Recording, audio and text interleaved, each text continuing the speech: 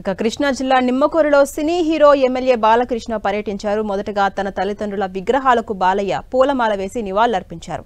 నిమ్మకూరులో కుటుంబ సభ్యుల ఆత్మీయ సమావేశం కార్యక్రమంలో బాలయ్య పాల్గొన్నారు. తనకు పద్మభూషణ్ అవార్డు రావడం సంతోషంగా ఉందన్నారు బాలయ్య.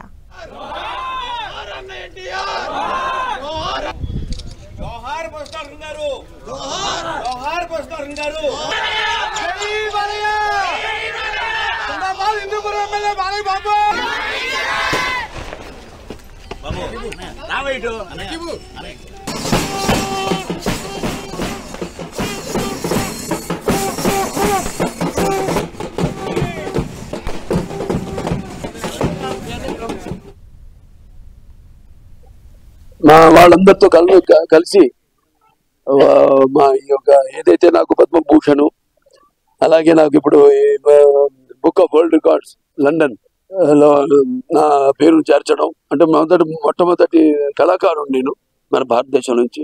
అలాగే నా సినిమా ఏదైతే నెలకొండ భగవద్గీతని అత్యుత్తమ 2023 గాను అత్యుత్తమ రీజనల్ లాంగ్వేజ్ మన తెలుగు భాషకి అత్యుత్తమ చిత్రంగా దాన్ని అన్ని ఒకదాని వెనుక ఇట్లా నాకు ఈ విజయాలు దక్కడం అంటే నా విజయాలుగా భావించను, ప్రజల విజయాలుగా భావిస్తాను నేను ఎప్పుడు ఏదైనా. ఎందుకంటే ఎప్పుడు అంటుంటాను ఏదైతే పదవులకు నేను అలంకారమో కానీ పదవులు నాకు ఎప్పుడు అలంకారం కాదని.